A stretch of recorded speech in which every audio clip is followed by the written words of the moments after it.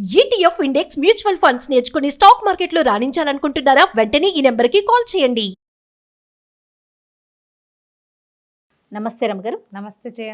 రమగారు, మనం శివభక్తుల కథలు చెప్పుకుంటున్నాం. ఈరోజు ఏం చెప్తున్నారు?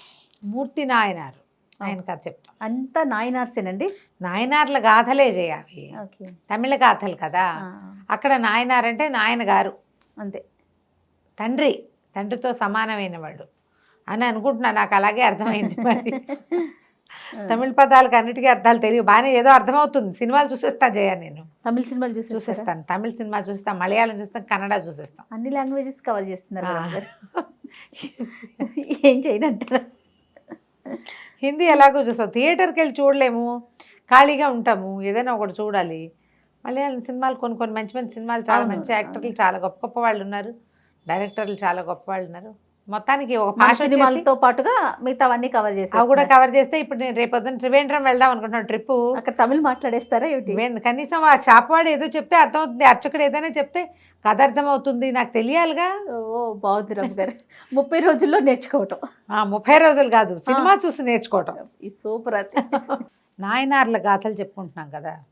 కొంచెం కన్నడ, మలయాళం, తమిళం కొంచెం నేర్చుకోండి. మీరు వేరే రాష్ట్రాల్లో తీర్థయాత్రలకు వెళ్ళినప్పుడు ఉపయోగపడుతుంది తప్పకుండా. ఊళ్ళో వాళ్ళు ఏదో కథ చెప్తారు జయ, మనకు కొన్ని ముక్కలైనా అర్థం కావాలి. నేను లాస్ట్ టైం అలా మా ఉడిపిలో అలాగే నేను అర్థం చేసుకున్నాను, కొంచెం తెలుసుకోవడం వల్ల అది ఉపయోగపడుతుంది కదా. అందుకని వేరే భాషలు చూడకూడదు, అలాంటి భావాల్లో ఉండకండి. నన్ను ఫాలో అవ్వండి ఈ విషయంలో. డెఫినెట్గా. పాండ్య రాజధాని మధురలో ఒక ఆయన ఉండేవాడు, మూర్తి ఆయన పేరు. ఏ మూర్తో ఆయన కులానికి వైశ్యుడట, కానీ మహాశివభక్తుడు. మనం ఇంతకుముందు కథల్లో కూడా చెప్పుకున్నాం, వీళ్ళు శివుడికి ఒక్కొక్కటి ఒక్కొక్క రకంగా సమర్పించి భక్తి చాటుకుంటారు. ఈయనకి గంధం అందించడం ఇష్టం. స్వామికి శివుడికి గంధం పెట్టాలి, గంధం అరగదీసి శివలింగం అంతా అలది సంతోషపడేవాడు. శివారాధన అంటే గంధం తీయటమే ఆయన పని. ఎక్కడైనా అర్చన జరుగుతుందంటే ఈయన వెళ్తే ఒక గంధం చెక్క ఆయన చేతికి ఇచ్చేవారు. ఆయన గంధం తీసి తన భక్తిని, తన ప్రీతిని, భగవంతుడి పట్ల తనకున్న భక్తి ప్రపత్తులు, విశ్వాసాలన్నింటినీ చందనంలోనే సమర్పించేవాడు. అయితే ఈ చందన సమర్పణ హాయిగా నిర్విఘ్నంగా జరిగిపోయేది. ఆస్తి స్వాస్తి ఉన్నవాడు రోజువారీ శివాలయానికి వెళ్ళేవాడు. ప్రతి సంవత్సరం కార్తీక మాసం విశేషంగా సేవించేవాడు. గంధ సమర్పణ, చందన సమర్పణే ఆయన యొక్క భక్తి సేవా తత్పరత నడుస్తూ ఉంది. అయితే ఆ కాలంలో కర్ణాటక రాజ్యంలో ఉన్నటువంటి జైన మతస్థుడైన రాజు ఒక ఆయన పాండ్యరాజును ఓడించి మధురని ఆక్రమించుకున్నాడు. ఆక్రమించుకున్నాక సాధారణంగా పాలకులకి లేదా పైన ఉన్న వాళ్ళకి తమ కిందున్న వాళ్ళందరూ తాము పూజించే దేవుణ్ణే పూజించాలి, తాము ఆచరించిన మతాన్నే ఆచరించాలి, తనేది నమ్మాడో వాళ్ళు కూడా అది నమ్మి తీరాలి అని ఉంటుంది.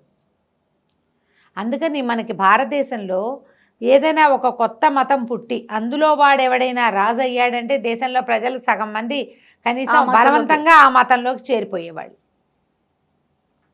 అలాగా బౌద్ధ మతానికి చెందిన రాజులు, జైన మతానికి చెందిన రాజులు, శాక్తేయులు, కొంతమంది వీర వైష్ణవులు, వీర శైవులు.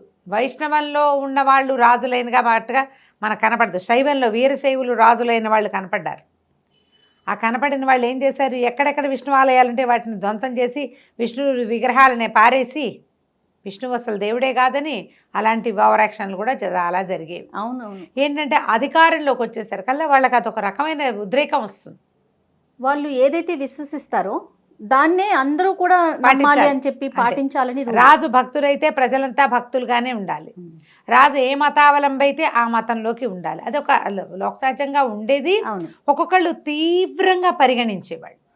ఈ జైన మతస్థుడిగా కర్ణాటక నుంచి ఇక్కడకు మధురకి వచ్చినటువంటి రాజు ప్రజల్ని జైనులుగా మార్చడానికి శాయశక్తులా ప్రయత్నించాడు. కొంతమంది రాజు భయంతో, దండన భయంతో, ఆ పన్నుల భయంతో బతకలేక, పైగా మన ఊరు వదిలిపెట్టి ఇంకెక్కడికి వెళ్తాం, దేశాన్ని వదిలిపెట్టి వెళ్ళటం అనేది అసలు అప్పుడు లేనే లేదు. ఉన్న ఊరు కన్నతల్లి, ఊళ్ళు కూడా మారేవాళ్ళు కాదు. ఏ ఊరు వాళ్ళు అక్కడే ఉండేవాళ్ళు, అక్కడే ఉండాలి, తరాల తరబడి అక్కడే ఉండేవాళ్ళు. ఎక్కడికైనా మారటం అంటే మహావృక్షాన్ని తీసుకెళ్ళి ఇంకో చోట పాతి పెట్టడం లాగా అంత బృహత్తర కార్యక్రమంగా ఉండేది. చాలామంది ఒప్పుకున్నారు. అయితే ఈ రాజ్యంలో పేరెన్నికగన్న భక్తుల్ని ఆయన చూస్ చేశాడు కొంతమందిని. వీళ్ళని మారిస్తే మిగిలిన వాళ్ళు మారతారని. ఆ పేరెన్నికగన్న భక్తాగ్రగణ్యుల్లో మన చందన చర్చ చేసేటువంటి మూర్తి నాయనారు కూడా ఉన్నాడు. ఓహో. ఈయన్ని శత విధాలా దండించాడు, ఆస్తంతా లాక్కున్నాడు రాజు. ఏం చేసినా మూర్తి నాయనారు ఆయనకు లొంగలేదు. అయితే ఈయన నిత్యం ఏం చేస్తాడు, భగవంతుడికి చందన చర్చ. ఈయనకి చందనం దొరకకుండా చేసేసాడు రాజు. దారుణం కదండి. దారుణం. ఎన్ని కథలు కనపడతాయో ఇట్లా. ఆ. ఇక చందనం లేదు, ఎవ్వరూ చిటిగడి చందనం కూడా ఈయనకు అమ్మకూడదు. గంధపు చెక్కలు అవి చందనం పుట్టించలేరు, తయారు చేయలేరు కదా, అవునవును. కొనుక్కోవాలి. గంధపు చెక్కలు తెప్పించుకునేవాళ్ళు, చెక్కలు రానివ్వరు, చందనం రానివ్వరు. ఏం చేస్తాడు, ఇంట్లో ఉన్నదే జాగ్రత్తగా వాడగా అయిపోయింది. ఏదో ఒకనాడు చివరికి రాదా వస్తువు, అలాగే కదా అవుతుంది. ఇక ఊరంతా పిచ్చెత్తినట్టు తిరిగాడు. ప్రతి వాళ్ళు చెప్పారు, అయ్యా రాజదండనకి గురైపోతాం మేము కూడా నీకు అమ్మితే. అప్పటికే 80% జైనులు అయిపోయారు. ఓహో. మిగిలిన వాళ్ళు రాజంటే భయం. తిరిగాడు చిటిగాడు, గంధం కూడా పుట్టల ఆయనకి. ఆ చందన చర్చ స్వామి లింగమూర్తికి చేస్తే కానీ అన్నం తినడు.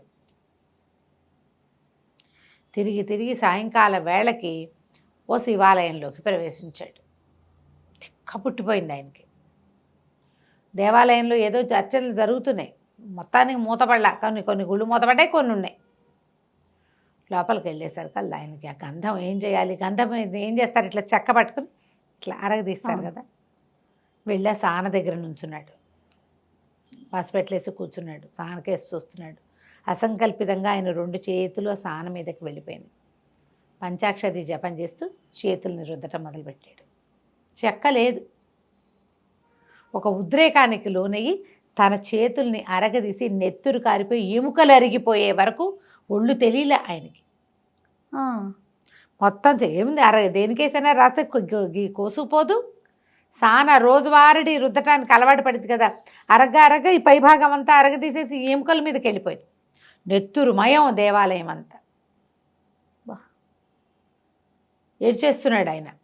ఇది చేయకపోతే ఇంకా నాకు శివ చర్చ లేదు, శివసేవ లేదు, ఇంకా భగవత్ సేవ లేదు. ఆ దుఃఖము, ఉద్వేగము, ఇలాంటి పరిస్థితుల్లో నేను దేవసేవ ఎట్లా చేసుకుంటాను, దైవసేవ. ఆ ఏడుస్తూ పంచాక్షరి జపం చేస్తూ అరిచేతులు అరగదీసేసుకున్నాడు. వేళ్ళు అన్నీ ఇట్లా అరిగిపోయినాయి. ఇట్లా పట్టుకుంటారు కదా, ఈ భాగాలు, ఈ భాగము అంతా కూడా ఇవి ముణుకుల మీద తొందరగా కట్ అయిపోతుంది కదా, ఇక్కడ ఇవి కట్ అవుతుంది, బోన్స్ అరిగిపోతాయి. అరిగిపోయేసరికి అలా పడిపోయాడు. నెత్తురు మొత్తం దేవాలయం అంతా నెత్తురు. చుట్టుపక్కల వాళ్ళంతా చేరారు, గంటలు మోగిపోతున్నాయి.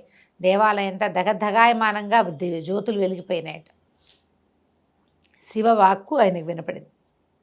మూర్తి నాయనారు, నువ్వు కంగారు పడకు, నీ భక్తికి మెచ్చాను, నువ్వు ధైర్యంగా ఉండు, నువ్వు రాజు అవుతావు, ఈ దేశాన్ని మళ్ళీ శైవ మతంలోకి మార్చు, న్యాయంగా పాలన చెయ్యి. నీ భక్తి అనన్య సామాన్యమైన భక్తికి చాలా నేను సంతోషించానని శివవారిని వినపడింది. ఈయన నెత్తురోడుతున్న చేతులతోటి శివుడికి నమస్కారం చేసి ఇంటికి వెళ్ళిపోయాడు. చేతులకు కట్లు కట్టారు. చుట్టుపక్కల జనం అంతా చేరారుగా, దేవాలయం అంతా శుభ్రం చేశారు. ఈ వాక్యాలు ఇదంతా ఊరంతా వచ్చేసినాయి. చెప్పుకోవటానికే ఉంది, అదే కదా. మామూలుగానే చిన్న పిచ్చి మాటలే, ఇదిగో పులంటే అదిగో తోక అంటారు. ఇట్లాంటి మహాద్భుతమైన సంగతి, గంటలు మోగటం, దీపాలు వాటంతటా వెలిగిపోవటం, బయట నుంచి చూసిన వాళ్ళకి దేవాలయంలో ఏదో వెలుగొస్తున్న భావన వచ్చింది. పరిగెత్తుకొచ్చారు, ఎవరికి వినపడలా, ఈయన ఒకటికే వినపడింది.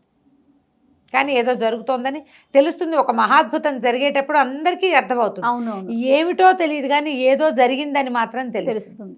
ఈయన ఇంటికి వచ్చేసాడు, చేతులకు కట్లు కట్టుకున్నాడు, కుమిలిపోతున్నాడు. శివసేవ చేయడానికి వీలు లేకుండా పోయింది, చేతులు ఇట్లా అవుడైపోయినాయి. మర్నాడు శివాలయానికి బయలుదేరాడు. శివాలయానికి వెళ్తే తెల్లవారుజామున కర్కోటకుడుగా ఉన్న జైన రాజు మరణించాడని వార్త వచ్చింది.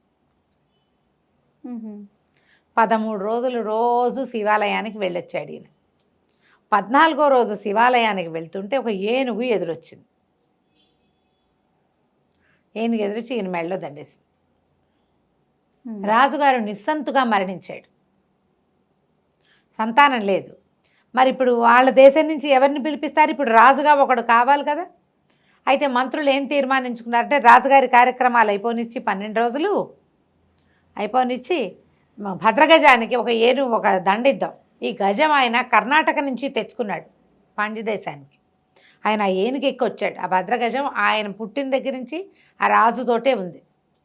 అది ఎవరిని ఎన్నుకుంటే ఎవరికి దండేస్తే వారిని రాజును చేద్దాం, అదే భగవంతుడి ఆజ్ఞగా భావిద్దామని భావించారు.